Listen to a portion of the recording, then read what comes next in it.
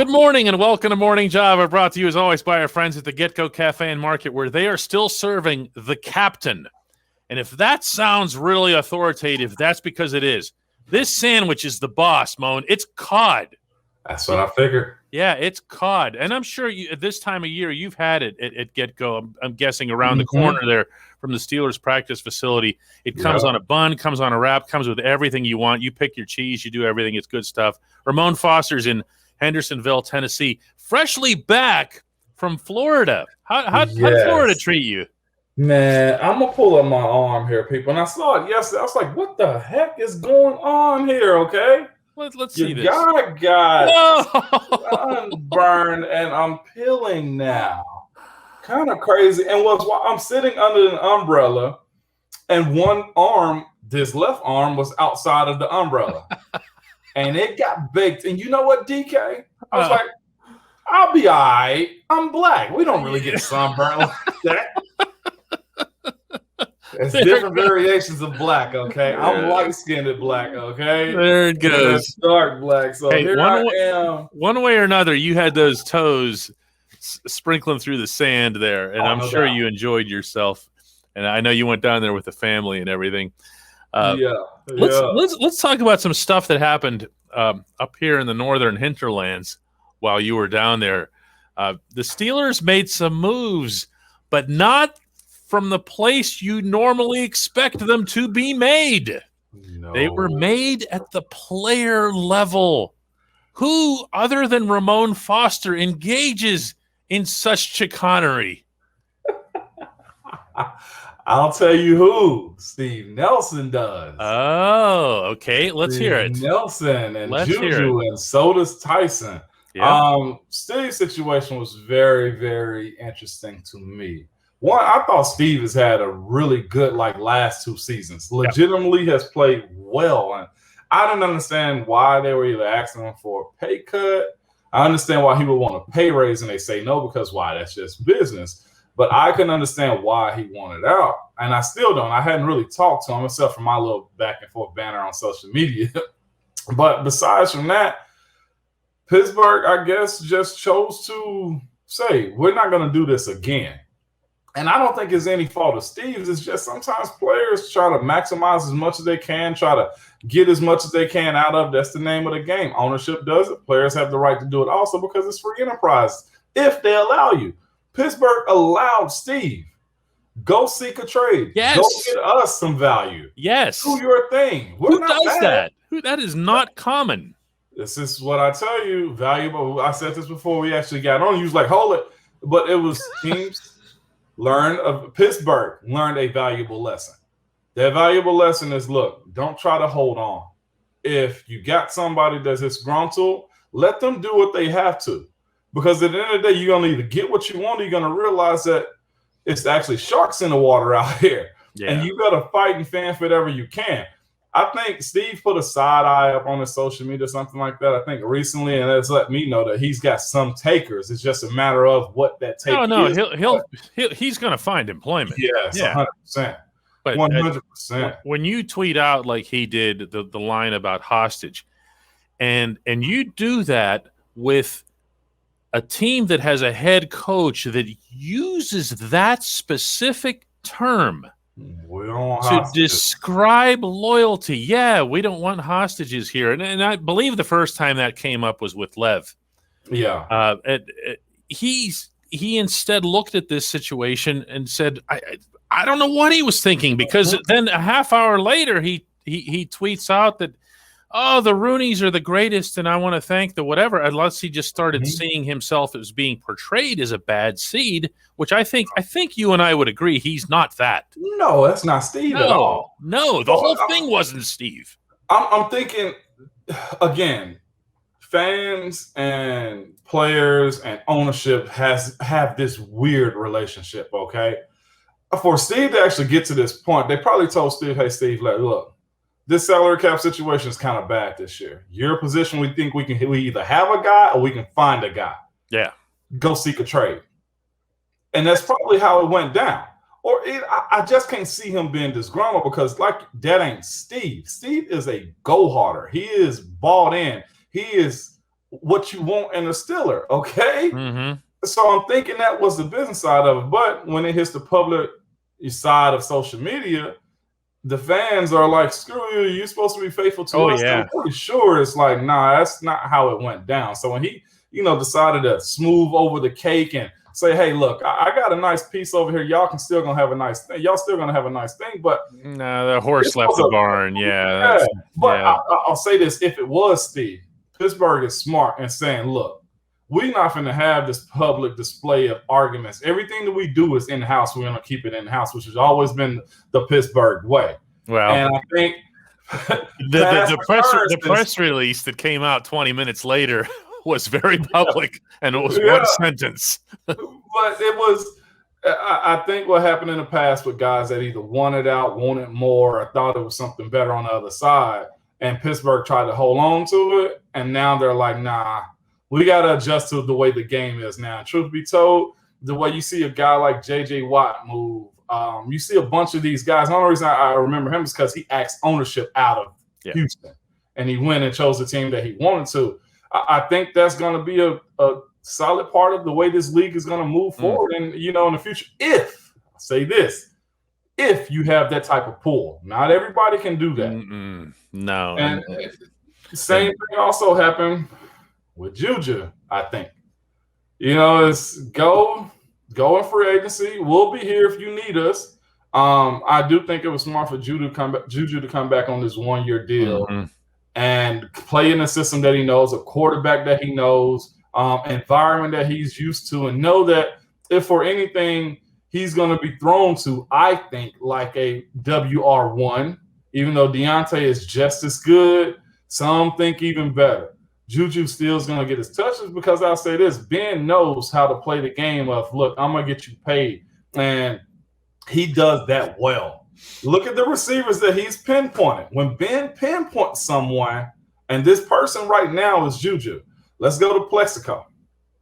Did it with Hines. Did it with Santonio. Did it with Mike Wallace. Emmanuel kind of had it a little bit. Then AB got it. And then I'm going to keep going. And now it's a list. Who's going to get it? And if he's around for Chase Claypool, or no, Deontay, and then Chase Claypool, they're going to get it. Ben has gotten his WR1 paid every single time. Now it's a departure and then a sort of return, I guess, for Juju. And then there's the Tyson Alualu story, which I just can't believe that you weren't involved in. This was pretty extraordinary stuff because in the sense that when you agree to terms to a contract here, I'm not going to take a shot at Tyson here. He's 34. This might be the last deal he signs. Yeah.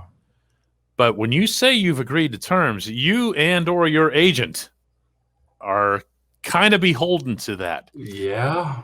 That's one thing. The other thing, Ramon, is that from the Steelers' perspective, it takes some serious stones to pick up the phone and say, hey, did you actually sign this thing, or did you just kind of sign it? Who has that kind of courage there? Now, my understanding is that Coach Dunbar, Carl Dunbar, who works the defensive line, beloved, great guy. I knew you were coming with that. Great guy. If he's the offensive line version of Munchak, okay, I love Coach Dunbar. He's so cool. Before you get more into him, he hit me up on Instagram just to say what's up, man. Like, solid. And think about Coach Dunbar, middle-aged guy, man. Yeah. Instagram, like, that lets you know how relatable he is. You know what I'm saying? Mm-hmm. Now, he's a solid dude. Sometimes the word beloved, and you heard it coming out of my mouth here before you jumped in, and it's perfect. It's perfect. Yeah, that's what they see. The players that play directly for him, who are in his classroom, see him as he's his own man, but he's also an extension of Coach Mitch, John Mitchell, who was the defensive line coach for oh my God, like forever. It's like it's Chuck Noll. This is from the way I understand it, a scenario in which Coach Dunbar, Cam, Steph, TJ reached out and said, "Hey, come home." I saw somebody say on social media, this is one of the only occurrences in which COVID has benefited the Steelers. Oh my goodness, yeah, because for anybody who doesn't know, Tyson had COVID and apparently had no issue with it, which is good. But he couldn't He couldn't sign it. And even in this day and age where you have electronic signing, thumbprint on your iPhone signing, when it comes to an NFL contract, Moan, every one of them that you signed was pen on paper, right? It was. I had to sign it, fax it in, or scan it in, and then I get the official form in the mail and have to sign the literal one that the Steelers are going to get, and then I would get my copy from that. Like, it's pen to pad type of deal. Like, that's why you see guys fly in for it, or I think Tyson had to go in possibly for a physical also. Yes. So that was another aspect of his. And Juju came in too just now when he signed his. He was at South Water Street. And I don't think he'd been in Pittsburgh at the time. He flew back. Why? Because you sign it on paper. So Tyson comes home. He comes home for less money. Okay. Yeah. We can debate whether or not that was the case with Juju because there was some weird stuff going on there. It was. But with Tyson, I don't think he can. There was an offer there that the Jacksonville offer was 2 years and $6 million. We haven't heard the firm numbers yet. Yeah. On Pittsburgh, but we do know that they're lower. I'm thinking Tyson probably got 2 for $5, probably 3.5 for this year or something like that. Something like that, where he's taking they can spread down the cap. Exactly. So he comes back. He comes back for less money. Moan, please, only you can do this with this group of people. Take us through how a player would come to that. How could he be talked back into that? I mean, and what is it about that atmosphere? Because all we ever hear about the Steelers atmosphere is TikTok this, dancing on logos that. Take us through that part of it. Well, let me just say this before we get there. That is because that gets more clicks. That agitates the right people. It agitates the right people. You're supposed to be a football player. Let me tell you people this, number one. These guys are making a lot of money off the field. I had a guy tell me that, he was like, you're basically silly for not having a TikTok. I was like, dude, I'm not a TikTok guy. He's like, all you need is 10 seconds, 2 or 3 times a day, and it's a money maker. And these guys realize that. So the same as fantasy football, is a part of the game now until something else comes up. So I'll just say that. Why would a guy come back and take less? Because they really don't want to leave anyway. Period. I never really wanted to leave Pittsburgh. I love the relationships. Those guys you brought up, Cam, Stephon, TJ. I'm sure on your side of the ball too, but yeah, on my side of the ball, when it was, dog, I'm gonna be real with you. This ain't even an interview. This is a conversation with everybody who's listening. When it came down to me looking at other rooms, I ain't want to be around nobody except Marquise. I ain't want to be around nobody except for Dave, Al, Marcus Gilbert, Kelvin Beachum, and Matt Filer. I didn't want nothing to do with anybody else. That brotherhood of being around those guys, it would have been so hard to detach myself from them. And you ask yourself, what is $1 or $2 million? It's a lot of bread. But at the end of the day, it's man, my sense of my peace of mind with those guys and knowing what I'm getting myself into. That group that, let's say, Tyson's going to is a badass group still. You know what I'm saying? It actually is. Actually, and he's part of why it is. He's part of the band. Yes. Okay? He ain't in the back just playing the bass. No. Tyson's up front with an air guitar, okay? He's doing his thing. With me, I was like, that 1 or 2 looks so good. And yes, we're talking about millions and stuff like that. But this group, I know on Sundays when it comes down to it, we are going to kick ass. They love me. They love my kids. They love my wives. I know their kids. My son, RJ, was 11 years old when we left this NFL league. Mm-hmm. He came in when he was 0. Okay?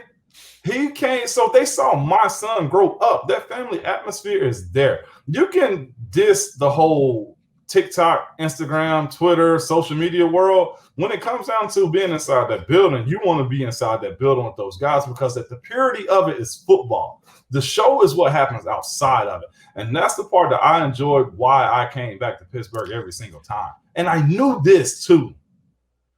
We were going to win.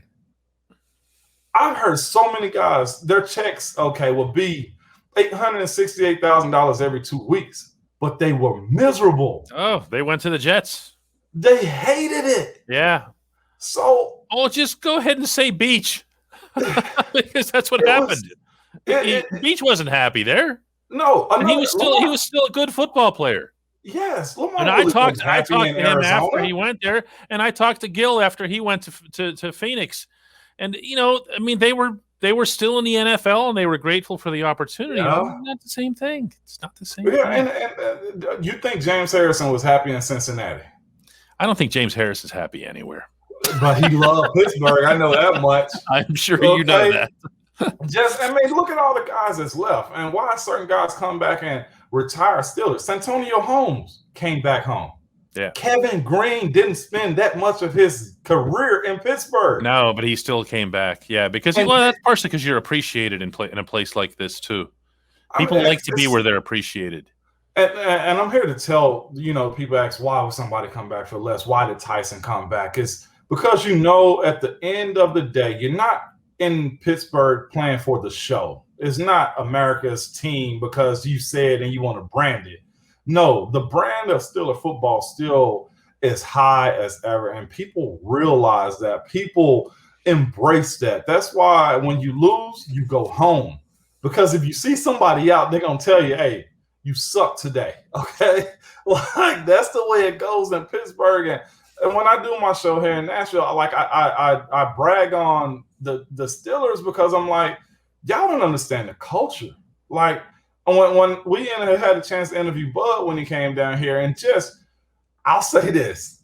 When Bud was talking about what that Pittsburgh Steelers locker room meant to him, you had a bunch of Titans fans calling in and tweeting us on the show like, we got to get a piece of that. I'm ready to go to the wall. Yeah. It's every Sunday for us, man. It's normal to us. Yeah, it's not.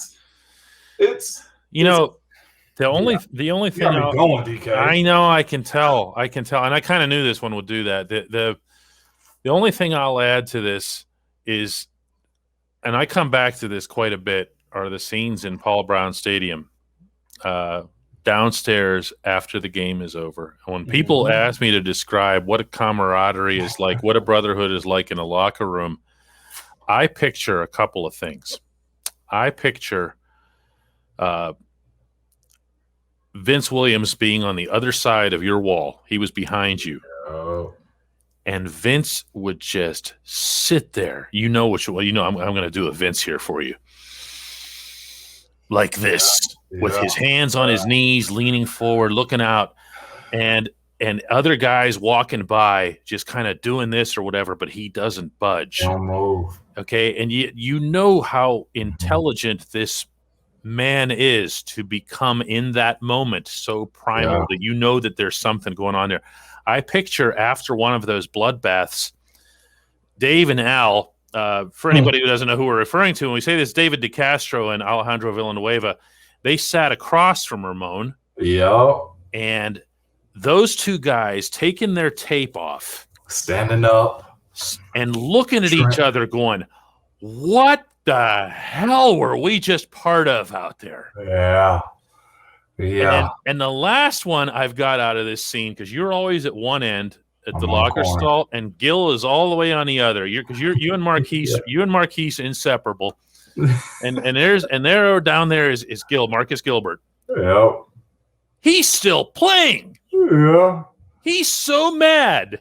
And you won the game. And he's still mad. And he's looking around. And he sees I'm coming around the corner after one of these things. I got done talking to linebackers, and he stops me because he wants to talk. He wants me to turn the recorder on because he wants to say bad things about the Bengals. I'm like, go nuts. Go nuts. You're the best. Yeah. But that doesn't go away. That doesn't fade. It doesn't, man. I can remember Dave and Al both, bro. What the? And you know what's out. Yeah. That look of just despair, like, what? This ain't football. And that's what everybody said. And one of these dudes was in 3 tours of combat. Oh my, yeah. think about that. Just 3 tours of just in Afghanistan. Yeah. 3 tours of life. Okay. Didn't know if you were gonna come back, and he's questioning what's going on. It was, but I knew this though. That guy that was to my left, the guy that was at the end of the lockers with some young guys in between him, Al, Dave, BJ, Matt, and I think it may have been a skill guy or an active guy right across from him. The DBs on this wall, you got Joe over here. Yeah, they're all over there. Side, over on that side. This is Paul Brown Stadium, by the way, people. We're not doing Heinz Field is easy. We're laying out the locker setup in Paul Brown Stadium. Yeah. The running backs are in the corner, and they're walking back and forth. Coach T's late in there because he got to address some stuff out on the field. Kevin Colbert's in the locker room just telling us to stay calm and and you guys just like outside beating down the door trying to get in to get the first goal. And it's so much that, through all of that, I knew, though, that those guys that I just named out where they were, defensive line behind us in the lockers, as you said, where Vince was behind us, I knew without a doubt that those dudes had my back, and I was willing to do whatever I could for them so that we can make it out there with a win and also get justification for whatever happened out there. And you know what I mean. I was willing to get a fine, and I did get one. Yeah, you did. Joined now by Dave Molinari, Hall of Fame hockey writer. And David, one of the things that we're seeing happen with the Penguins of late, and the I guess you'd have to categorize their place in the standings as a surprise, is that they've overcome a lot of injuries, and they've done so with speed.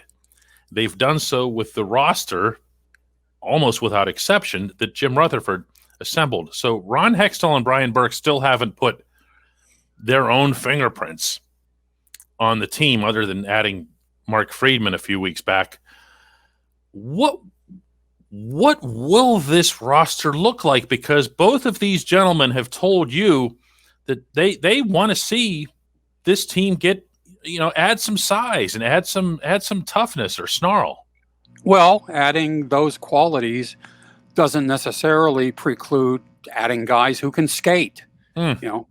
Big guys are able to skate too. You might recall a gentleman named Kevin Stevens who played here, and now there aren't many Kevin Stevens around, even all these decades later. But getting bigger doesn't necessarily mean becoming a plodding team. And I don't think Mike Sullivan necessarily would have an objection to having bigger players if they can skate. He certainly doesn't mind having Zach Aston Reese, for example, on the team. He's a relatively large guy. They have some other bigger forwards who are filling roles, Lafferty and Anthony Angelo. So, I don't think it's that Sullivan has a bias against big players. But, finding big guys who skate well, which, is more in tune with the style he likes to play, is tougher than finding smaller guys who skate well. Yeah, I think I can imagine that a lot of people watching this are immediately thinking of Ryan Reeves, who is an enormous guy and who could skate pretty well. And for reasons that will probably never be completely clear, Sullivan just didn't use him. Go ahead. No, I mean, I share your perspective on that. Yeah, Ryan Reeves wasn't an all-star by any means, but I don't think he was a liability. And I don't think that Jim Rutherford would make a trade of the magnitude that he did, give up the assets that he did to get Ryan Reeves without first discussing it with Mike Sullivan and agreeing that it would be worth it, that he would be he would be used, that he was a guy they would get some mileage out of. What soured Sullivan on his on Reeves being a part of this team, I don't know. I don't know that anybody outside the organization does. But even though the experiment, if you want to consider it as such, didn't work out, I don't know that it necessarily precludes others in the future having a more favorable outcome for the Penguins. Yeah, I think when this discussion happens anywhere, there's a tendency. Well, actually, there's a tendency with all dialogues right now that everything has to be an extreme. When you're talking about one thing or the other, like if you're talking about the ultimate Ron Hextall / Brian Burke roster, that just means you want 20 Nick Lucic's on your team. And I mean the current Nick Lucic, not the one in Boston who could score, but the Alberta version. And that's obviously not the case. It's not like they don't look down there and think to themselves, when you talk about toughness, I look at a guy like Jake Gensel, who's the antithesis of everything that we're talking about here, but at the same time is nails tough. Brian Rust is tough. And yet these guys bring you a different dimension. Dave, when I've heard Mike Sullivan speak about players like Rust and Gensel, and even Dominic Simone, when he was here, he would refer to him constantly as being a physical player. And when you think of physical, what are you talking about physical? Dominic Simone wouldn't hurt a fly. But he meant his ability to fight for pucks and to get underneath sticks and all that other Mike Sullivan type stuff. And I do hear, maybe it's just my imagination, or maybe he needs to show something different, but I do hear something of a bias toward this type of player. And I would understand and respect it because he's wearing a couple of rings, he's got a 40% success rate in Pittsburgh, which is pretty good. It's pretty good. He's Ted Williams. I mean, this is a guy who's won with smaller players who didn't need protection. By the way, protection whenever they were getting, you remember, especially in 2016, my goodness, the things that were happening to these guys, especially in the Washington series. I mean, they were just getting destroyed out there physically. And they just kept playing, and he sees that as the path. Yeah, and I mean, a real good deterrent to teams taking physical advantage of you is to score on the power plays that you get. They've started to do that lately. But I wanted one thing that you mentioned, a Ron Hextall, Brian Burke team, and I don't know that those are identical by any means. When you look at the team that in Philadelphia now that was largely constructed by Hextall, there's a lot of criticism there because they actually go out and try to play hockey. Imagine. Brian Burke, he introduced the term truculence, to the hockey lexicon. I was going to say probably the entire language. That was probably him. But Hextall appreciates skill, and now, he also likes guys with grit, like Travis Konechny and people like that. But I don't know that if he and Brian Burke were sitting down and building teams from scratch, that they would necessarily come up with the same 18 skaters. Well, how would that dovetail then? I mean, I understand this whole thing needs to be played out. I mean, you're still looking at a situation where these guys have been together for just a couple of months, and I'll say it again, the only move has been adding Mark Friedman. But here, you're better equipped to answer this than anybody, and you still probably won't have the answer. But when Brian Burke was brought in, everyone, to a man, David Morehouse that day said that this was a Mario thing. This was Mario Lemieux jumping in and saying, "Hey, what about Berkey?" I think was the exact terminology there. Mario had, as a player, I'm not telling you anything you don't know, but I'm sharing this with a group here, an immense respect for the tough guys, for the big guys who would take care of him. Very much ironically believed in that part of the game, not the cheap stuff and whatever else. And I just wonder if there wasn't that was part of Mario's thinking was, let's just find a way to toughen this up, that would be the reason that he'd bring Burke in. Well, I mean, it's certainly possible. And I mean, who knows what Lemieux's thinking, because he so rarely shares his thoughts with us. I wouldn't be surprised, though, if his thinking has evolved over the years, much as the game has. Mm-hmm. You can't afford to have a knuckle dragger, in your lineup today, whereas 25 or 30 years ago, it was almost a necessity just to protect your skilled players. Now, if you sacrifice a spot in your lineup to a guy who can't really play the game, you're putting yourself at a competitive disadvantage. So again, I don't profess to know what Lemieux is thinking, but I don't think that he thought of hiring Brian Burke simply because he wanted to bring him back a mentality, from the 1980s. Well, I'm not even necessarily referring to fighting. The bigger, more physical sense, I could see him being interested in seeing some of that brought. Look, we watch the team too. We kind of see the same things, I mean, they don't do that with anybody. And at the same time, I mean, the easy counter to that is, well, look, all they've done is win games for the most part, and in a lot of ways, win a lot of games that they shouldn't have won. It's a fair point. It's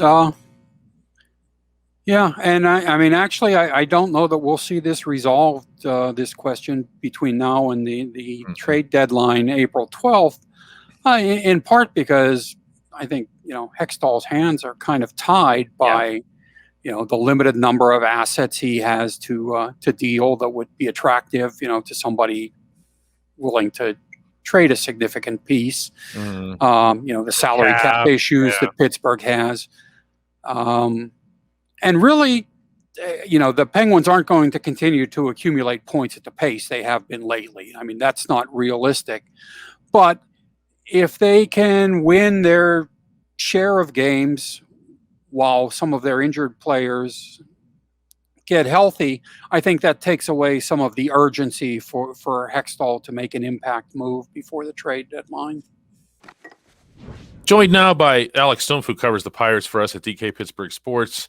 The Pirates, of course, on the eve of their 135th season, and the first in which there is any discussion anywhere about where and when infielders should have their feet planted around the time of a first pitch. Alex, I don't think I've ever asked you this, but what are your thoughts on the whole concept of banning the shift now that it seems to be at least gaining momentum as a discussion point?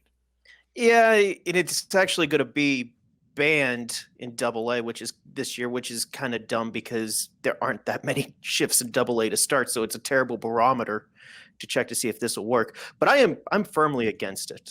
Like, I am a firm believer in, you have 9 fielders. One of them has to be behind the plate. One of them has to be on the mound. Who cares where you put the other 7?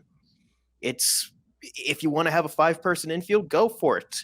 If you want to have a 4-person outfield, go for it. If it really makes sense just to leave half of the field open because the batter will never hit it out that way, you know what? Make the batter hit that way. I don't like the idea of the infield shift being banned. What is it exactly that they're talking about? Let's go through that first. What is it that they're looking at? What are they talking about? What is this suggestion? Because I'm not sure I've fully processed this. At least in AA, this is what's going to be. I don't know if it's officially part of the season or if it's still in that, part of a discussion on what's going to happen in the minor league season. But the rules will be you will not be allowed to have more than 4 infielders on the dirt at any point, and you always have to have 2 on each side of second base. So you could technically, shift the shortstop close to up the middle, against a left-handed hitter, and it'd be kind of like a quasi shift still. But you can't have like the old Ted Williams look where you move, the shortstop to second base, the third baseman to shortstop, and then the second baseman's playing short right field. That'd be just gone. And I don't like the concept of that. It's going to be a Double-A. At least in the old Pirates regime, it might have been different this time around, but they didn't do a whole lot of shifting until you got the Triple-A. Well, let's. I'm not worried about the minor leagues at all, but in the majors. But this is the first step for it. No, I know. No, I know, but I mean, whatever the impact is on the minors, I don't care about that. As far as the majors go, when you look at these players and where they're positioned on the field at the time that a pitch is thrown, the first thought I have is, who is going to enforce this and how? Which one of the 4 umpires is going to stop before the pitch and go, aha, I saw you there with your foot on the wrong side of the bag. Who's going to do that? There's so many rules that Major League Baseball has made over the last couple of years that we just haven't crossed that bridge. Like, we haven't seen the team that just has said, you know what? Forget about it. I'm going out to the pitcher's mound a 7th time. I really don't care that I don't have that extra mound visit anymore. I'm going to talk to my pitcher. We haven't seen any team do that yet. We haven't seen any team be like, no, I'm taking my pitcher out after only facing 2 batters and the inning's not over. So I really don't know how they could be like, no, a little closer over here. That just sounds like I see what you're saying. That's just a matter of, and then there always has to be a punishment. Like if they find out, what do you go by a replay, like the NHL's offside thing, that you see that the foot was over by a millimeter, and therefore everything that followed that in the play, like the goal or the hit, gets waved off. That said, let me ask you a question. Based on what you said earlier, what does the shift add to the game? What does it add to the fan experience? Why would you want to keep it? I mean, you would want to keep it because it's strategy. It's a way to legitimately make your team for people better, like you, better. Because you're really, really into this stuff. I'm not talking about you, Alex. I'm talking about everybody people who do claim, though, that the game's ruined or whatever. How many people really only care about wins and losses, though? That's what really ends up mattering. If it's an ends to a mean, is it? They will the game still has to be entertaining. Otherwise, we would be, we'd be packing arenas and stadiums for sports that don't currently do anything of the kind. If it's just about wins and losses, if it's just about Pittsburgh versus so-and-so, the game's got to be entertaining. Look, I think we can agree that the game's gotten spectacularly dull, right? It's definitely, I won't use the word spectacularly dull, but it has moved into a much slower pace. But why? More pitches. That's just the way that the game has incentivized. That's how they reward them. Because of the totally not juice baseball that Major League Baseball, put out and now deaded, even though the ball is never juiced. Try to follow that train of logic at any point. It really incentivized to hit home runs. And if you're a pitcher, it really incentivized to not give up contact under any means necessary, so more strikeouts. So the 3 true outcomes, we're seeing more and more and more of those. That's boring. What's slowing the game down more than anything. It's boring. These games are boring. And that's not, sometimes when people who, I guess, who only peripherally follow baseball will hear that, they just think it's about the time of game and the 4-hour Yankees versus Red Sox catastrophes that happen. But it's not. There's nobody on base, Alex. And it's a really hard thing, I think, to sell this game, which is baseball, which is moving from base to base, as exciting when there aren't people on base.